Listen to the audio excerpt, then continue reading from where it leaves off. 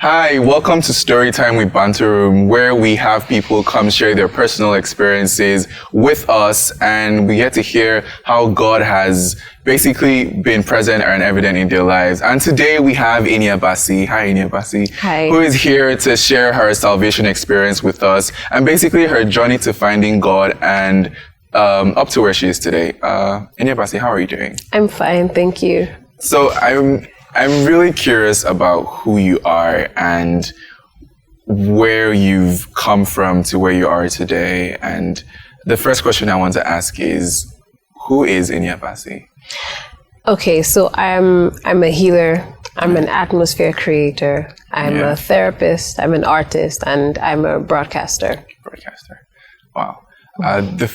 The thing that sticks out to me the most is you saying you're a healer. Mm-hmm. What does that mean? Being a healer? Well, it just means that I carry the Spirit of God in me to heal other people that I come across. I'm particularly passionate about people who have been through things like molestation or rape. And I'm also particular to people who just have challenges and issues with mental health. So yeah, that's it. Wow. That's very interesting. I don't think I've met anybody that has that ministry. How did you come into your healing ministry? Well, God healed me. Oh, of course, and you're here to share that story with us, yes, right? Yes, I am. You mentioned you're an artist. Yes, I am. How is that? What's that like? What's that been like? Oh, it's the most beautiful experience. Being an artist, it's like being God here, down here. Okay. Yeah, because if you look around you, art is everywhere. It's in the color of your hair, the color of your shirt, the combination of your clothes, the combination of your teeth put together. And so being able to recreate that on whatever surface I find my hands to do is it's the most beautiful experience. It's humbling. It's also kind of cool, It's kind of cool to have that kind of gift. Yeah. I can imagine.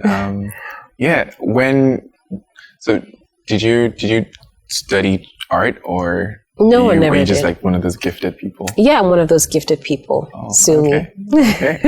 And how has that been, being an artist and obviously being a believer and being a Christian in that field? How has that affected like your work or how you express your art and yourself?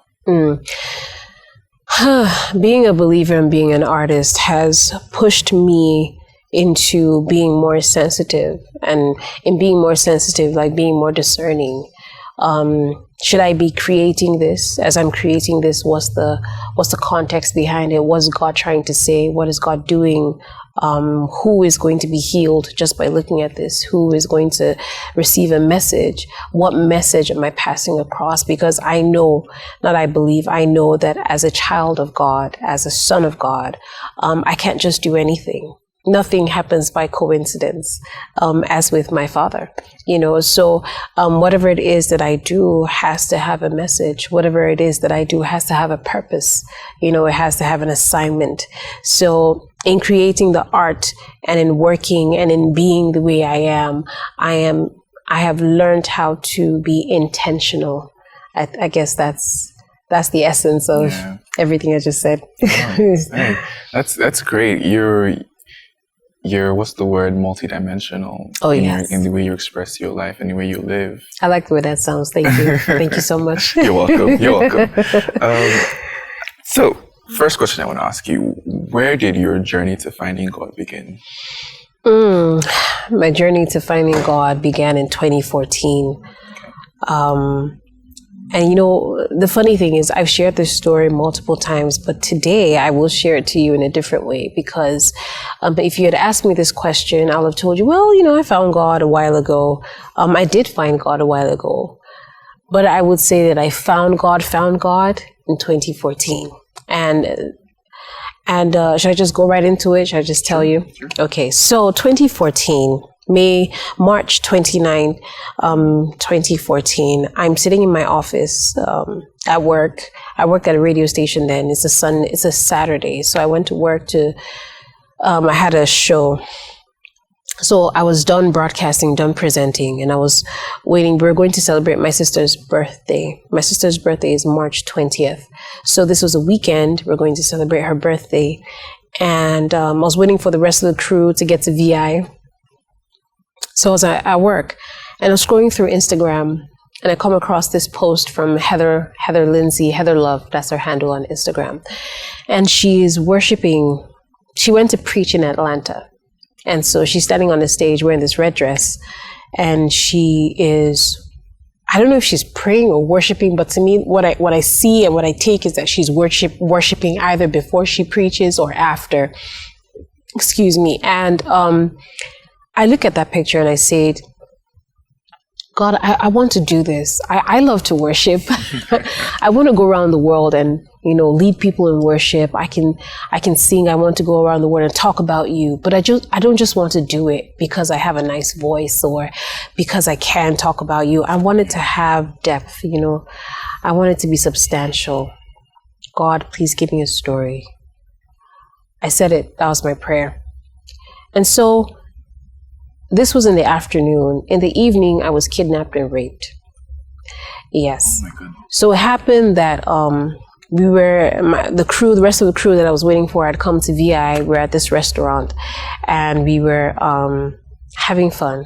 So I stepped out to buy credit. I was trying to talk to this guy I was moving with at the time. When I say moving, I mean like we were sleeping together. Right.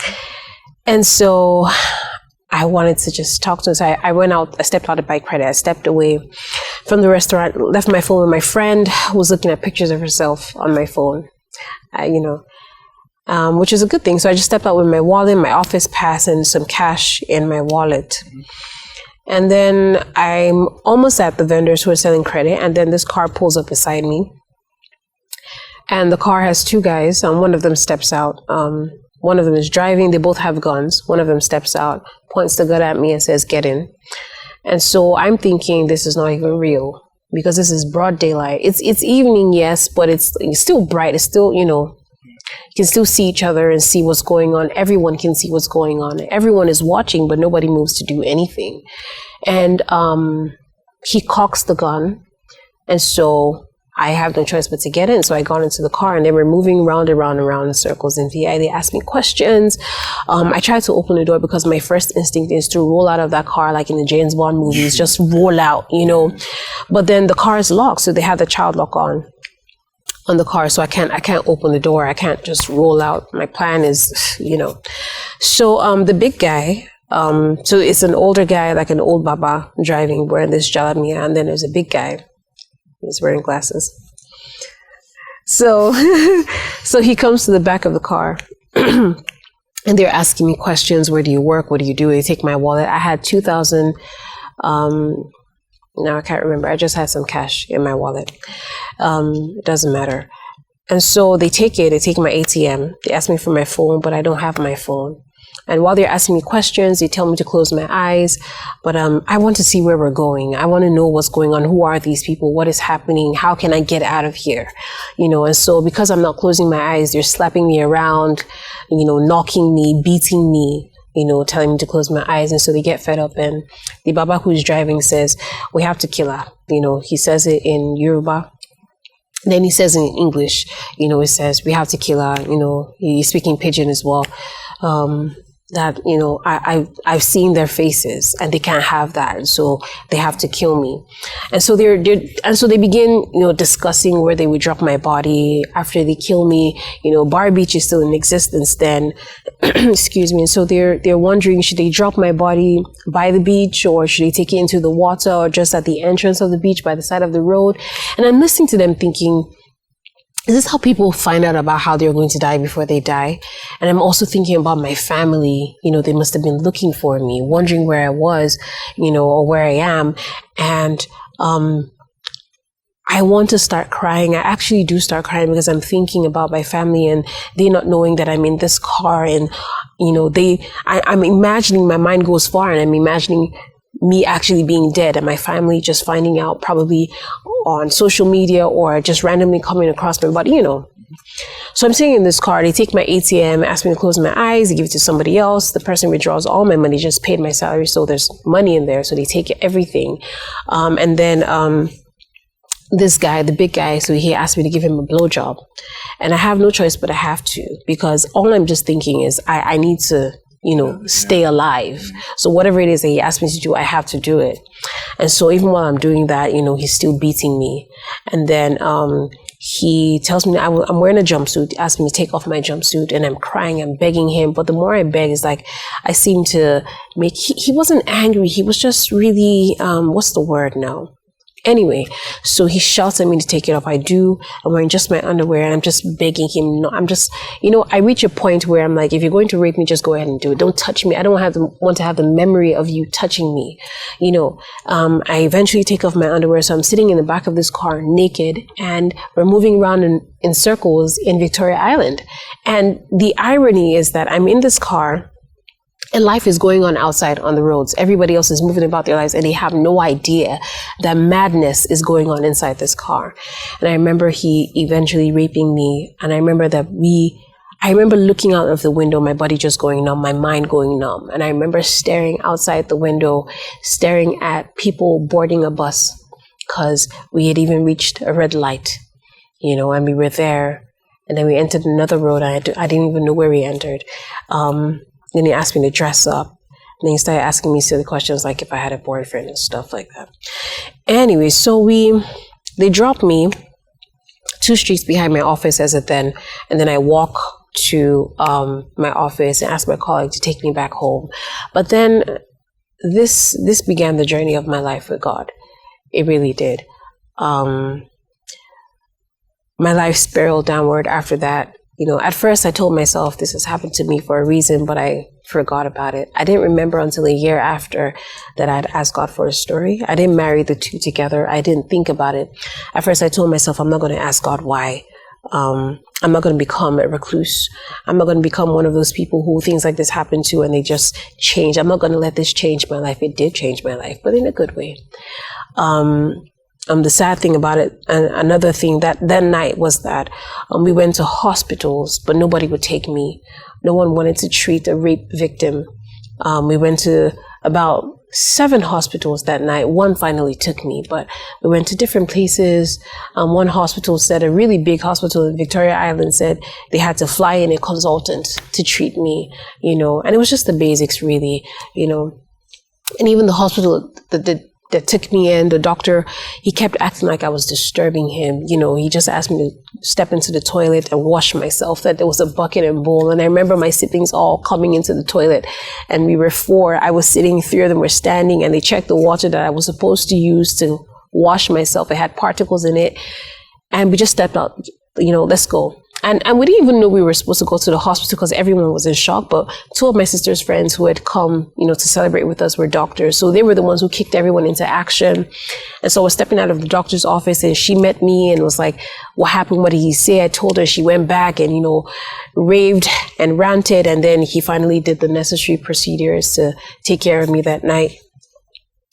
But you see, my life went spiraled after that because I thought that if I had sex, it would take away the feeling of being raped.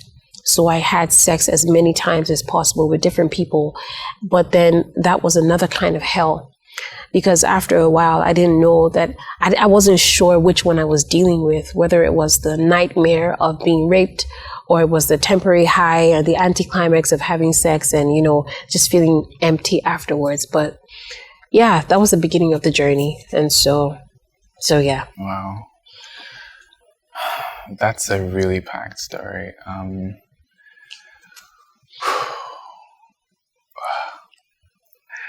We're going to take a break. And when we come back, we'll continue with Ini's story. Perhaps you're not a morning person, have to work on Sunday mornings, or just like a chilled, cozy type of service in the evenings. The Exchange is just for you. It's a new service experience designed to cater to you. We'll treat you to some poetry, vibrant God experiences, acoustic worship sessions across different genres by special guests and our very own Lifepointe band. And a word in season. Our services are now 10 a.m. and 5 p.m. That's two amazing services every Sunday to choose from here at the Lifepointe Church. So, what are you waiting for? Come through just as you are. Welcome back to Storytime with Banter Room, and we have Iniabasi here, who is sharing her experience and journey to finding God. Iniabasi, you said such a packed story up until now, and I'm frankly shook. But one thing I want to ask is, how did that experience lead you to God? Well, how did you respond to that experience, first of all? My initial response was to shove it in the back of my mind and forget that it happened. But then I went through all the phases. And now in hindsight, when I think about it, I know it's because God needed me to get okay on time because there was work to do, So my initial response was to shove it back on my mind and just move on with life. I perfected the act of smiling and being happy and moving about with life, even if I was dying on the inside. I had all these things going on and I was constantly depressed. I felt like I was carrying this heavy backpack constantly everywhere. I felt empty. The emptiness was painful. But then how it led me to God was this. I got to a point where I realized that I knew that if I didn't find God, if I didn't hold on to Him, I was going to die. I knew it. I also knew that I couldn't do this by myself. So I was done. I was done with everything. I was just disgusted and irritated. I just wanted God, But how? I didn't know. But then one thing was sure, God had told me one time when after I had gone to have sex with this guy and I came back and I had this place I decided in my bed where I used to worship. And I would, after I go and have sex and come back, I would wait a couple of days to pray, to be holy. Yeah. But then I remember this day I was crying. The emptiness was loud and it was painful. And I crawled there to that spot. And I remember God saying to me, no matter what happens, don't be absent from here. And it just shook me. It humbled me. And it just, it made me be aware of the fact that God loved me regardless. So that made it easy coming back to Him. Now, here is where it all changed, when God decided that it was time to heal. Because the truth is that you can shove your experiences and the things you go through to the back of your mind and either move on with life and ignore them or pretend like they never happened or just live in anger or live in the bitterness of the experience. But when it's time to heal, God will let you know. And so when it was time to heal, God tapped me one night around 4 a.m. I can never forget. It was like a hand. I literally felt a tap. Forgive. And I said, I thought it was, something else. I was wondering, I thought it was between me and my dad. And I was wondering what is going on. I thought I had moved past this. And He said, forgive them. I was like, what? No, you did not say that to me. So I got up. I remember I called my boyfriend, who's my husband now. I called him and, I was complaining and I was ranting. I was like, how dare God ask me to forgive these men? How dare He? My life was turned upside down. They came. I was okay. I was doing okay. I was sinning, yeah, but it wasn't so bad. I was doing okay, going to choir practice and living my life. But they came. They turned my life upside down. They should come and beg me to forgive them. I shouldn't just dish out forgiveness like that. They don't deserve it. And so that began the journey of my life, where I wrestled with God. It was a wrestling. I wrestled with God and I went back and forth. I remember God sending different people to talk to me, even the most random people. And I remember one particular day going to church at the Tribe and they were singing this song. This song was fresh then, Oceans. Spiritly, and they were singing this song and I was bent over and crying and I realized that forgiving, my boyfriend had said to me then that forgiveness, God is asking you to forgive them. It's not for them, it's for you. And I was thinking, how is it for me? And so I went to church that day and, God was telling me, give me the pain.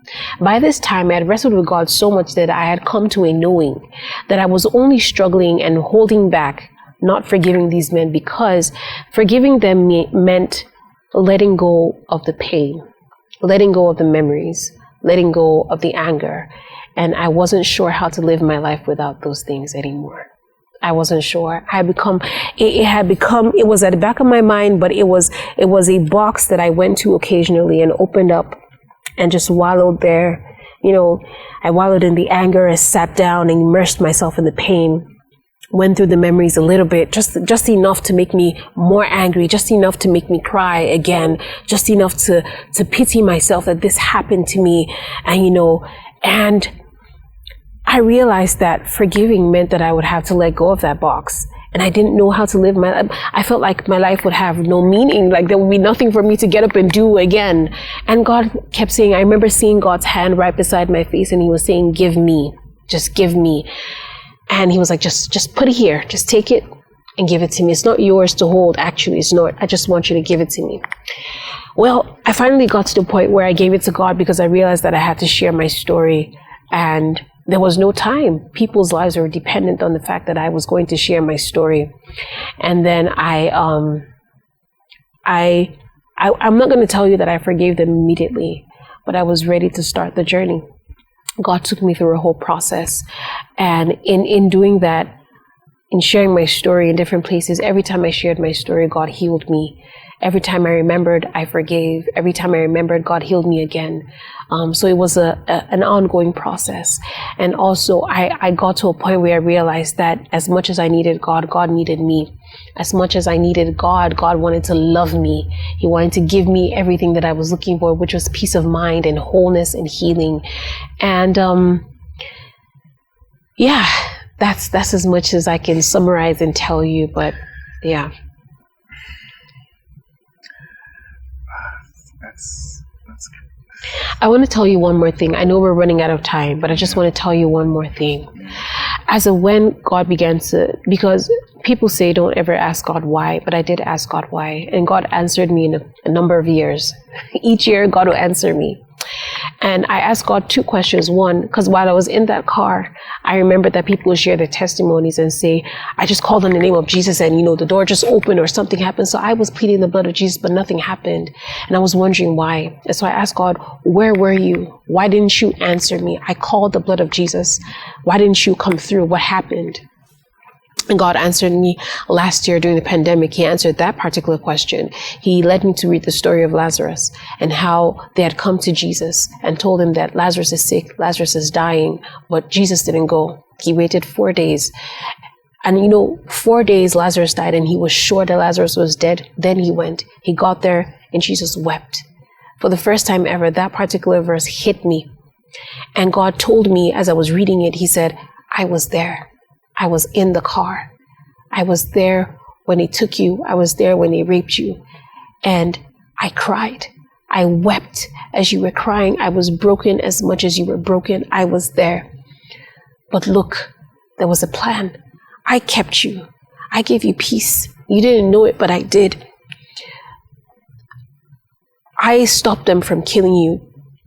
Your body is just flesh. They could touch your body, but they couldn't touch your soul. I kept that. I preserved that. And there was a plan. This year, God told me that he wanted to honor me.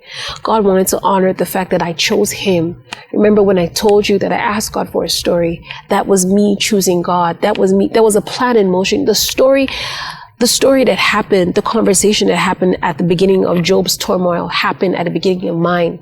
When God asked the devil, have you seen my daughter Ini? Have you seen her? And the devil said, no, it's because she has it going good. Let me just, and God is like, do whatever you want, but just don't touch her soul. But you see, God was sure about me. He was boasting of me. He was sure that Ini will go through this and she would be fine. She would come out and she would testify. She would still beat her chest and say, God is good. And so I went through this ordeal. I went through it not because God is wicked, not because God is mean or God is evil, but because God knew that I will be an example of his grace to other people. God knew that he wanted to honor me. And Jesus died. Jesus died before the crucifixion. Jesus begged God. He said, if you can, let this cup pass over me. God could have taken the cup away. God could have said, you know what, it's enough. When they were flogging him on the way to the cross, God could have said, it's enough. I can't take it anymore. This is my child. This is my son. But there was a plan emotion already. Bigger than the pain of the moment, far bigger. When Jesus was on the cross and God looked away, it wasn't just because God could not behold sin. God could not see his child be crucified naked on a cross, be spat on. He couldn't take it. And so he looked away. He could have stopped it. Trust me, when Jesus was on the cross, there were 1,001 angels around ready at the goal. They were just waiting for Jesus to say, I can't take it anymore, but there was a plan in motion. And the same with me. God could have stopped it that night, but he knew that there was a plan in motion. And because I went through with it, because I chose God, God decided to honor me. Look, I can't tell you that this was the easiest experience, but what I can tell you is that it has been the greatest honor of my life. Because guess what? God trusted me with this experience. And because of that, I thank him for it. It would seem bizarre, it would seem wild, but I thank God for looking at me and looking amongst everyone and saying, who can I trust with this experience? Who can I give it to? Who can I let this happen? Because that's what happened. He didn't just give it to me, he allowed it to happen because he knew that there was a plan. He knew that he could trust me with it. So, I'm just going to end it there because I could go on and on, but yeah. Thank you so much for sharing your story. You're welcome. Thank you for having me.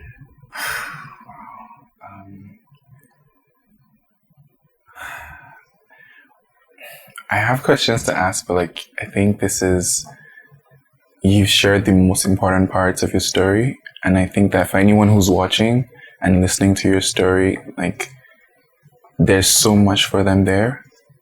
And I am personally touched.